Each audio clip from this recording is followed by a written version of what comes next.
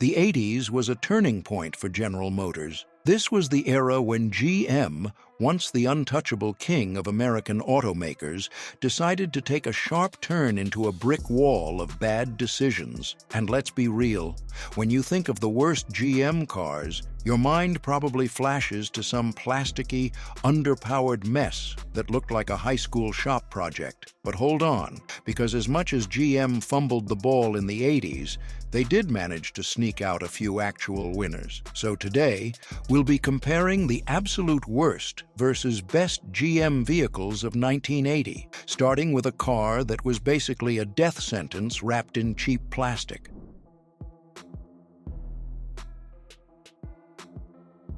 The Chevrolet Citation was GM's first-ever front-wheel drive compact car, and they were so convinced it would revolutionize the industry that they straight-up handed out fake awards before it even hit the streets. Seriously.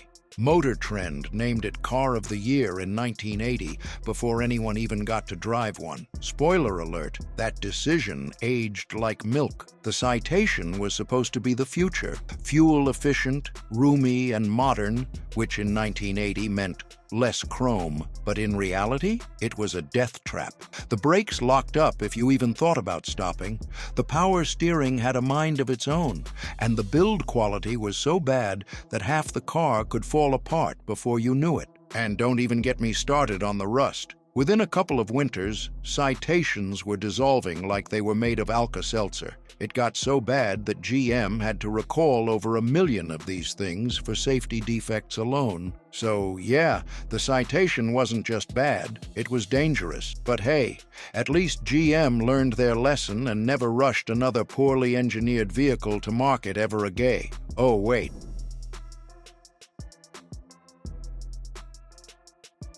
Now, let's talk about something GM actually did get right in 1980, the Chevrolet Caprice Classic. Because while the Citation was busy trying to kill its owners, the Caprice was out here proving that GM could still make a proper full-size car. This car was peak old-school American luxury, a massive body-on-frame boat with V8 power and a ride so smooth it felt like floating on a waterbed. And let's not forget, it was built like a tank. Unlike the Citation, which would crumple if you looked at it the wrong way, the Caprice could take a hit and keep going. In fact, the police loved these things. If you were getting chased by a Caprice in the 80s, you were either going to jail or straight to the afterlife. The Caprice also nailed reliability.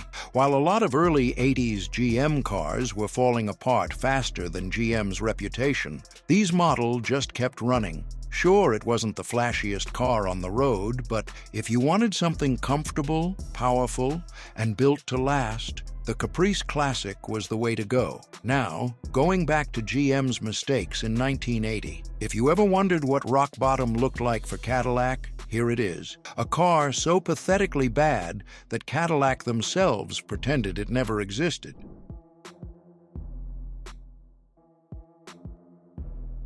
All right, if the Chevrolet Citation was a scam, then the Cadillac Cimarron was straight-up fraud. This wasn't just a bad car, it was an ego-driven attack on everything Cadillac was supposed to stand for. See, back in the 80s, Cadillac was supposed to be the definition of American luxury. Big cars, big engines, big presence. So when GM decided Cadillac needed a compact sedan to compete with European brands, they could have designed something unique and premium. But instead, they rebadged a Chevrolet Cavalier, added some leather, and slapped a Cadillac badge on it. No, really. That's all they did. Underneath the fancy grille and fake wood trim, the Cimarron was just a cheap economy car pretending to be rich. It had the same weak 1.8-liter four-cylinder engine as the Cavalier, which meant that a luxury Cadillac now had less horsepower than a Honda Civic. Imagine spending luxury car money and getting 90 horsepower in return. And the worst part? GM knew this car was a joke.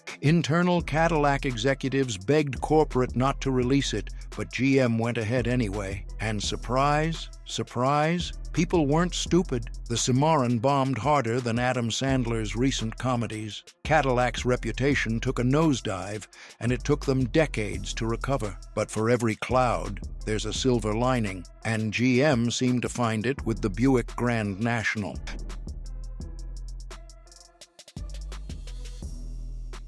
Now, let's cleanse our palate with something that actually deserves to be called a legend, the Buick Grand National. Because while Cadillac was busy embarrassing itself with the Cimarron, Buick was rebuilding GM's fractured reputation. The Grand National wasn't just good for a Buick, it was one of the fastest American cars of the 80s. See, back in the day, Buick had a wild idea. What if instead of using a big, thirsty V8, they turbocharged a V6 and made it faster than a Corvette? Sounds insane, right? Well, GM actually let them do it, and the result was the Grand National, a blacked-out Darth Vader-looking menace that could dust Ferraris for half the price. This beast came with a 3.8-liter turbocharged V6, and in its final form, it made 276 horsepower and 360 pound-force-feet of torque. But those were just the official numbers. In reality,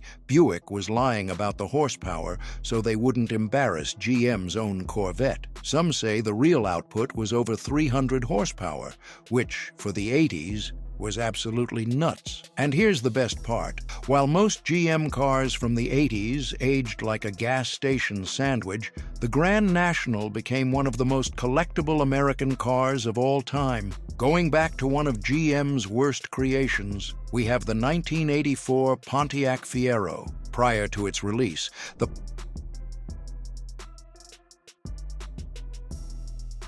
Pontiac Fiero sounded like the best idea GM had in decades. A lightweight, mid-engine, affordable sports car? That was some Ferrari-level ambition. But because this is General Motors in the 80s, they took that ambition, stomped on it, and then set it on fire, literally. See, the original 1984 Fiero had everything going against it. GM, in all their wisdom, decided that instead of giving it a proper sports car engine, they'd just repurpose an old economy car four-cylinder that made a soul-crushing 92 horsepower. And sure, they eventually offered a V6, but by then, the damage was done. Because, oh yeah, early Fieros had a nasty habit of catching on fire. Turns out, cutting costs on oil capacity and using weak connecting rods meant these engines could explode under stress. Combine that with poorly designed cooling, and you had a sports car that was more likely to combust than to impress. Nearly 1 in 300 Fieros literally burst into flames. GM had to recall them, but by then, the car was already a joke. Now, if the Fiero was a tragic case of wasted potential, the Chevrolet Corvette C3 was GM actually getting their act together for once.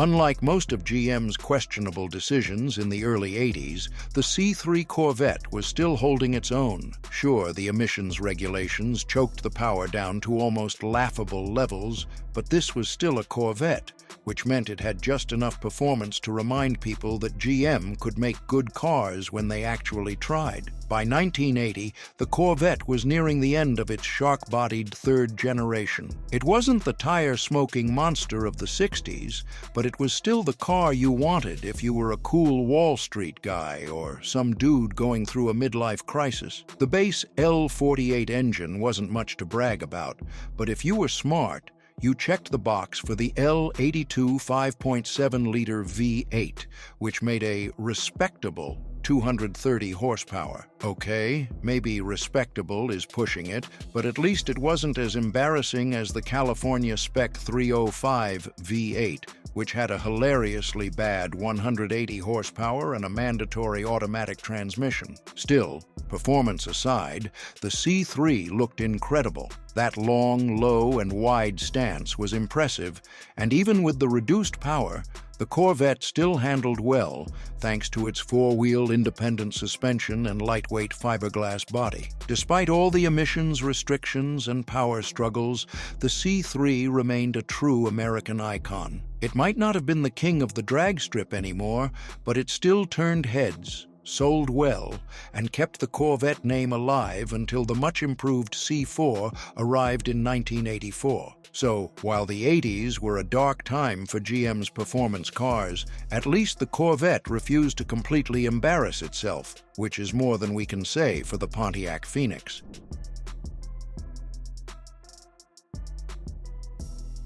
The Phoenix should have been great. It was one of GM's first front-wheel drive compact cars, which meant better fuel economy, more interior space, and modern driving dynamics. But instead, the Phoenix was a mechanical nightmare that actively fought against its own survival. First up, the braking system, or lack thereof. If you so much as stepped on the pedal too hard, the car would lock up and send you into an accidental Tokyo drift. GM was so confident in its new X-body lineup that they rushed it into production, only for customers to immediately flood dealerships with complaints about how terrifying it was to drive. Then there was the build quality. Cheap plastic interior, horribly misaligned panels, and a suspension that made every pothole feel like you just ran over a landmine. And let's not forget the legendary rust problems, because what's an 80s GM compact without the structural integrity of wet cardboard? Mechanically,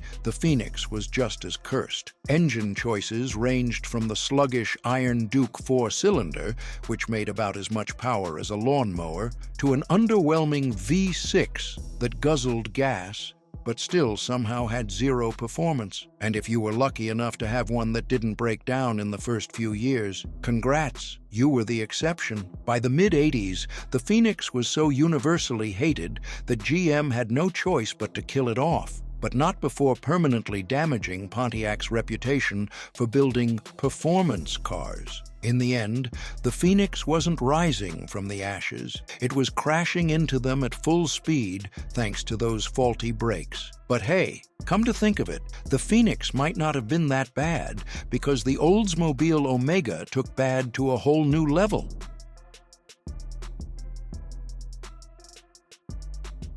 At this point, you might be thinking, wait a minute, didn't we already talk about this car? And the answer is basically yes, because the Oldsmobile Omega was just another X-body catastrophe, meaning it had all the same problems as the Citation and Phoenix, but with a slightly different badge slapped on the grille. By 1980, Oldsmobile was still trying to hold on to its reputation as the more upscale GM brand, but that didn't stop them from giving their customers a car that fell apart faster than a house of cards in a windstorm. If you're keeping track, that means GM repackaged the same horrible X-body platform 3 times and expected people to just not notice. Spoiler alert, they noticed. So what made the Omega especially bad? Well, it had the same awful front-wheel drive system, the same horrifying brake issues, the same electrical problems, and, of course, the same legendary rust. But Oldsmobile tried to market it as a premium compact,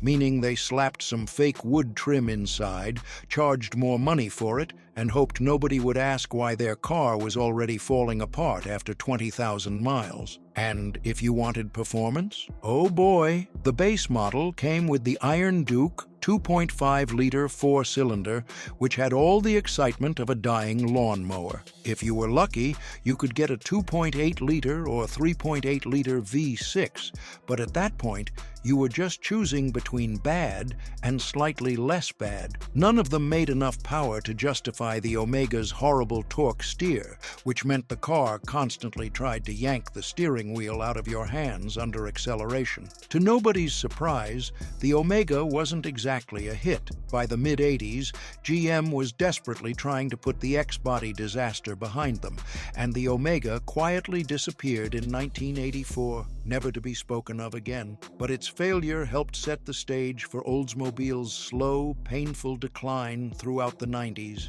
until GM finally pulled the plug on the entire brand in 2004. RIP Oldsmobile, you deserved better than this. But enough negativity. Let's end things on a high note with one of GM's best cars from 1980.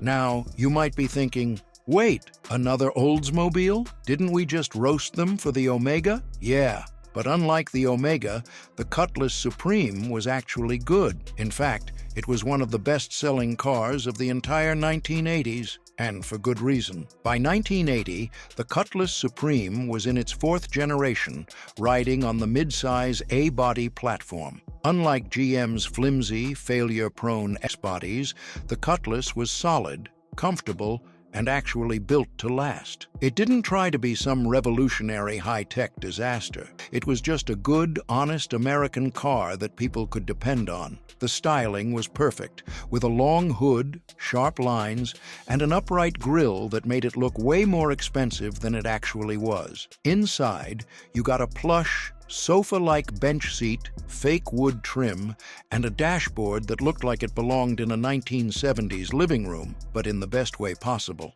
Under the hood, you had options. If you wanted fuel economy, you could go for the 3.8-liter Buick V6. If you wanted some real power, you could get an Oldsmobile 350 or 403 V8, which gave you enough torque to effortlessly cruise down the highway like a boss. But the real secret to the Cutlass Supreme's success? It was durable. While GM was out there embarrassing itself with cheap, failure-prone front-wheel drive disasters, the Cutlass stuck to the formula that actually worked. Rear-wheel drive, solid build quality, and a comfortable ride. And people noticed. The Cutlass Supreme dominated sales charts for years, outselling pretty much everything in its class. Even as emissions regulations strangled horsepower figures, the Cutlass never lost its reputation for being smooth, stylish, and rock-solid reliable. So, what's the lesson here? Well, when GM tried too hard to reinvent the wheel, they failed miserably. But when they stuck to what they knew best, big, comfy, well-built cars, they absolutely nailed it. The Cutlass Supreme is proof of that.